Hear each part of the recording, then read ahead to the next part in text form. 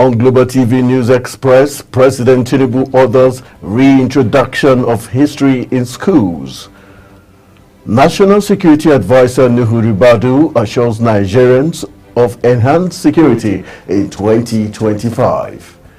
In business, Nigerian Upstream Petroleum Regulatory Commission releases upstream petroleum decarbonization template. On the foreign scene, Ivory Coast president says French forces to withdraw in January. And in sport, Liverpool rejects Real Madrid's approach to sign fullback Trent Alexander-Arnold in January transfer window. Hello and welcome to all our viewers in Nigeria and around the world to News Express on Global Television, coming to you live from the nation's capital, Abuja. I am Anthony Momodu. A quick reminder that Global Television is on DSTV channel 365 and free to air on Nikonsat. President Bola Tinubu has ordered the reintroduction of history as a subject into the basic education curriculum. Minister of Education Tunji Alausa confirmed the directive by the president to restore the teaching of history in primary and secondary schools nationwide on a TV program. The development followed the formal reintroduction of the subject after its removal 13 years ago during the administration of late President Umaru Musa Yar'Adua, due to claims that the subject was avoided by students as there was lack of job opportunities for history graduates. President Bola Tinubu, in his bid to boost national economic output, has vowed to deepen credit access for citizens and critical sectors of the economy. This was contained in his New Year message to Nigerians. He stressed that to achieve the feat, the federal government will establish the National Credit Guarantee Company to expand risk-sharing instruments for financial institutions and enterprises. According to him, the company is expected to start operations before the end of the second quarter. President Bola Tinubu has said that his administration will unveil the national value charters already approved by the Federal Executive Council in the first quarter of 2025. The president said this in his New Year message to Nigerians, noting that he will launch an ambitious national orientation campaign that fosters patriotism and love for the country and inspires citizens to rally together. According to him, the charter will promote mutual commitments between the government and citizens and foster trust and cooperation among a diverse population and between the government and the citizens. The president of the Nigerian Labour Congress, Joe Ajaero, has called on the federal government to put first social dialogue in 2025. Ajaero made the call in a New Year message in Abuja, urging the federal government to put first industrial peace by taking social dialogue seriously and respecting agreement with trade unions. The NLC president also called on government at all levels to ensure that governance translated into real benefits for the people, stressing that the welfare of the citizens remained the primary justification for the existence of any government. As Nigerians celebrate the dawn of 2025, the Inspector General of Police, Kayode Egbetokun, has urged citizens to actively partner with the Nigerian Police Force to create a more secure and peaceful nation. The IGP, in a New Year statement via X by the Force Public Relations Officer, Olumuyiwa Adejobi, reflected on the resilience of Nigerians in the face of last year's challenges and reaffirmed his commitment to a more people-centric approach to policing, positioning Nigerians as vital partners in the fight against insecurity. Betokun emphasized the need for vigilance and communication, hence he called for collaboration and urged Nigerians to report suspicious activities and maintain open communication channels with law enforcement agencies. Meanwhile, the National Security Advisor Nuhu Ribadu has assured Nigerians of enhanced security in 2025. Ribadu gave the assurance in his New Year message to Nigerians in Abuja, according to a statement by the National Coordinator of the Counter-Terrorism Center, Office of the National Security Advisor, Major General Adamu Laka. The NLCA acknowledged the resilience of Nigerians in the face of security challenges, emphasizing the critical role of collective effort in ensuring peace and stability. He attributed the successes achieved in 2024 to the exceptional leadership of President Bola Tinubu, whose political will had sustained security efforts across the nation, noting, however, that the collective vigilance and cooperation of Nigerians had been instrumental in the fight against terrorism, violent extremism, and other security threats. Meanwhile, operatives of the Federal Capital Territory Police Command has recovered a total of 409,992,000 naira from criminals during various operations in 2024. This is according to the command scorecard made available to newsmen by the command spokesperson Josephine Ade. A breakdown of the recovered sum revealed that 36,850,000 naira was recovered from kidnapping suspects, 68,552,000 from armed robbery suspects, while 19,590,000 naira was recovered from burglary cases and 285 million from fraud cases, and a total of 1,426 cases were reported, leading to the arrest of 1,077 suspects. According to the scorecard, fraud cases were the most reported, with 385 cases and 422 suspects arrested, followed by armed robbery with 268 cases and 132 suspects arrested. Similarly, the FCT Police Command has revealed that 140 police officers in the Federal Capital Territory lost their lives while on active duty between January and December 2024. This is contained in a statement by the FCT Police Public Relations Officer, SP Josephine Ade. The force PRO disclosed that the command handled 1,426 reported cases during the year, just as she highlighted that 376 firearms, including 13 AK-47 magazines and 187 rounds of live ammunition, were recovered as part of the command's operations. The First Lady, Senator Olurunmi Tinubu, has welcomed Abuja First Baby of the Year 2025 at the Asokoro District Hospital. Reports gathered say Favor Stephen Odion, a baby girl, was born to the family of Mr. and Mrs. Odion Oyimbo. The First Lady also receives other babies born at the hospital, including the first baby boy of the year 2025, Zim Chikang Chim Ejiofor, born to the family of Mr. and Mrs. Ejiofor Nwori. The mother of the nation, represented by the wife of the Vice President, Nana Shetima, welcomed Favor and all the other babies born on New Year Day in the FCT with baby gifts, including postnatal care products and other nutritional supplies, as well as cash gifts. She prayed God to protect the children, wishing them long life, good health, and prosperity. The Osun State Governor Ademola Adeleke has disclosed that his administration's plan to boost the state's economy by encouraging entrepreneurs in the Adire fabric industry.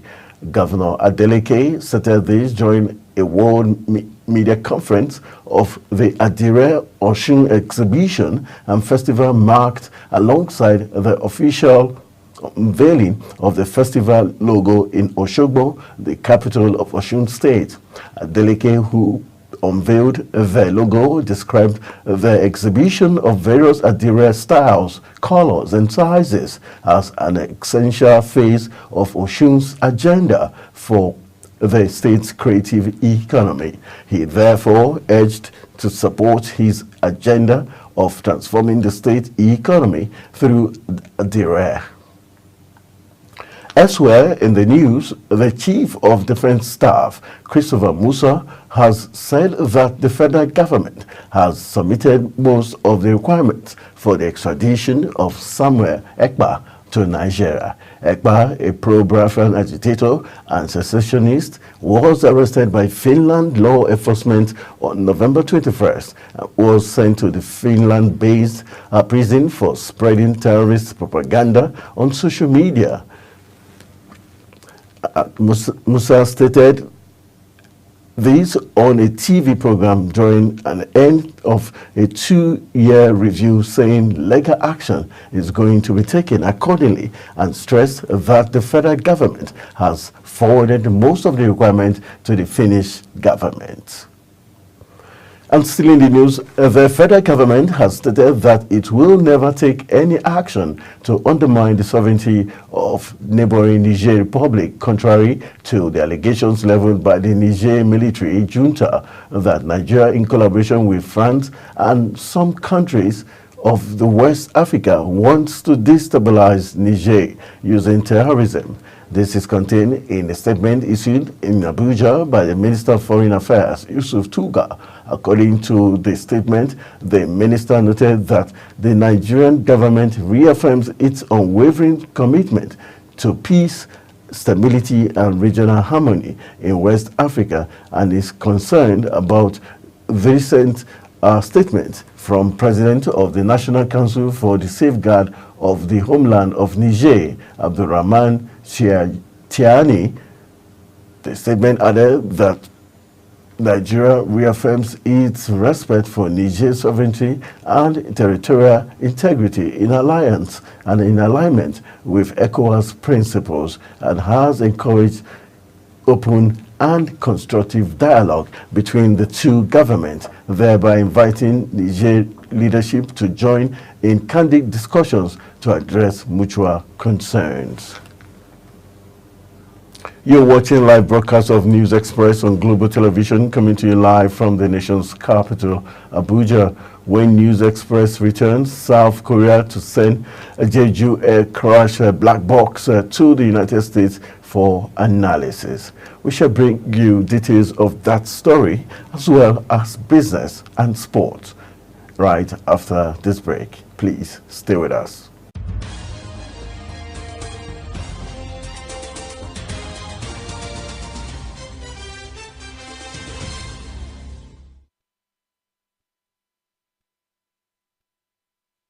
Welcome back from the break in business. The federal government, through its finance ministry, has inaugurated the 250 billion Ministry of Finance Incorporated Real Estate Investment Fund, aimed at bridging Nigeria's housing finance gap, fostering affordable housing, and stimulating economic growth, according to a statement by the Director of Information and Public Relations at the Ministry of Finance, Mohammed Manga. The initiative was announced at a signing ceremony presided over by the Minister of Finance and Coordinating Minister of the Economy, Wale Edun, at the Ministry's office in Abuja. Speaking at the event, Edu highlighted the fund's potential to address the challenges of housing affordability and accessibility in Nigeria.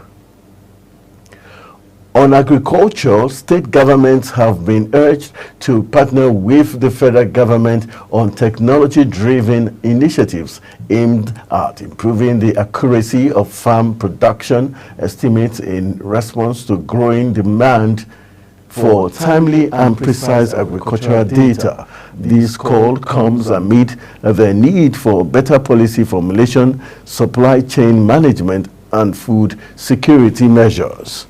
Chief of Staff, OCP Africa, Caleb Oso, noted that accurate farm production estimates are vital for government discussions on food distribution, import and export policies, and the price stabilization. These estimates, he noted, also would aid in resource allocation, risk management, and disaster response efforts.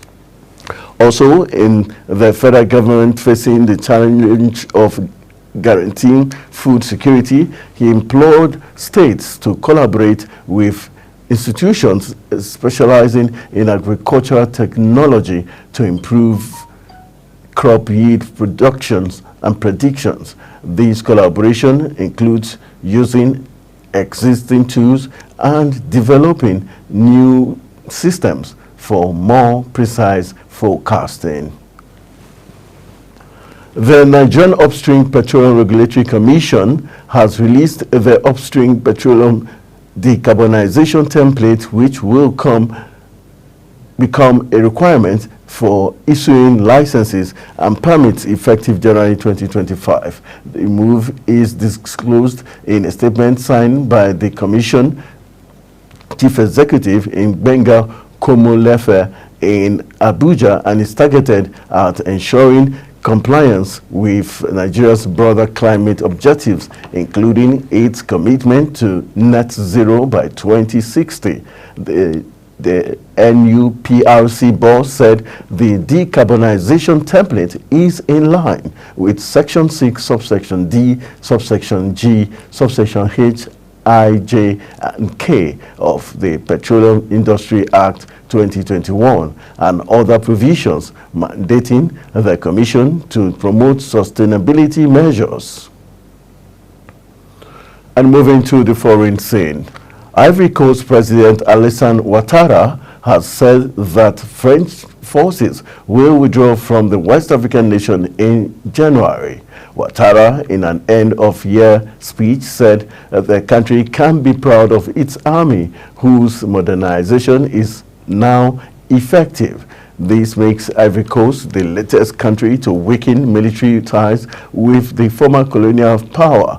He added that the 43rd BIMA Marine Infantry Battalion at the Port Boy in Abidjan, where French troops are currently stationed, will be handed over to Ivory Coast Armed Forces as of January 2025. Russian gas has stopped flowing to EU states via Ukraine after a 5-year deal expired, marking the end of a decades-long arrangement. Ukrainian President Volodymyr Zelensky said earlier that his country would not allow Russia to earn additional billions on its blood and had given the EU a year to prepare. The European Commission said the continent's gas system was resilient and flexible and that it could cope with the change. The President of Estonia office has disclosed that former Estonian President Arnold Rüütel, seen as one of the fathers of the country's return to independence in 1991, has died at the age of 96. Rüütel was a Communist Party official at the end of the 1980s, just as the Soviet Union was beginning to unravel, before becoming a protagonist in the Baltic countries' effort to win back its sovereignty after a half-century of rule from Moscow. As president of Estonia from 2001 to 2006, Rüütel contributed to its joining the European Union and NATO in 2004. South Korea's transport ministry has said that investigators have finished extracting data from one of the black boxes from the fated Jeju airplane that crashed on Sunday. Deputy Minister for Civil Aviation Jo Jong-wan had said investigators were discussing the best way to decode the flight data recorder, which is currently missing a crucial connector, adding that officials from the U.S. National Transportation Safety Board have been deployed to Muan to join the probe into the Jeju airplane crash. Meanwhile, the South Korean investigators have said that they will send one of the retrieved black boxes to the United States for analysis, as both South Korean and U.S. investigators, including from Boeing, have been combing the crash site in southwestern Muan since the disaster. The Boeing 737-800 was carrying 181 people from Thailand to South Korea on Sunday when it issued a midday call and barely landed before hitting a barrier and bursting into flames, killing everyone aboard except 2 flight attendants pulled from the burning wreckage. Let's run into the world of sport. Liverpool have rejected an approach from Real Madrid to sign fullback Trent Alexander-Arnold in the January transfer window. The England international is out of contract at Anfield in June, and sources say he is Madrid's top defensive target following a long-term injury to right back Dani Cavaya. The Spanish Giants were earlier thought to prefer to wait until the next summer to sign Alexander-Arnold on a free transfer, but they have approached Liverpool about a potential move next month, and according to reports, the advances were quickly rebuffed by the Premier League leaders and no official bid was made. Meanwhile, conversations over a contract renewal at Liverpool have been taking place with Alexander-Arnold's camp for several months, and the player has not yet indicated a desire to leave the club. Alexander-Arnold is one of the 3 Liverpool players whose deal expires at the end of the season, alongside star forward Mohamed Salah and club captain Virgil van Dijk. The English Football League has said that referees will explain video assistant referee VAR decisions to the crowd in a trial measure to be implemented in the League One semi-final matches next week, according to the EFL. In a statement, as part of the trial, referees will use the stadium public address system to announce the final decision following a visit to the VAR pitchside monitor or after a decision made on matters such as accidental handball by a scorer or offside judgments. The statement added that the new pilot forms part of Professional Game Match Official Limited PGMO's broader commitment to transparency and embracing technological advancement for the benefit of match officials and fans. Super Eagles forward Samuel Chukwueze is expected to miss not less than 8 crucial matches after he went out injured in this match against Roma. Chukwueze was left out of the Milan traveling contingent for the Supercoppa Italiana in Saudi Arabia, but following a magnetic resonance imaging MRI scan, it has been revealed that Chukwueze would miss the whole of January. According to Milan News, the MRI scan carried out has revealed a lesion of the left femoral biceps. The Nigerian will be re-examined in 10 days, and he is expected to be out for at least 1 month, meaning he would miss the whole of January. To end Global Television News Express, here is a recap of our top stories. President Bola Tinubu has ordered the reintroduction of history as a subject into the basic education curriculum. National Security Advisor NSA Nuhu Ribadu has assured Nigerians of enhanced security in 2025.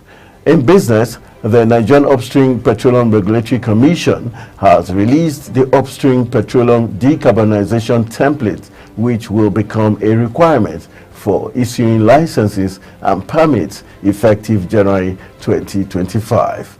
On the foreign scene, Ivory Coast President Alassane Ouattara has said that French forces will withdraw from the West African nation in January.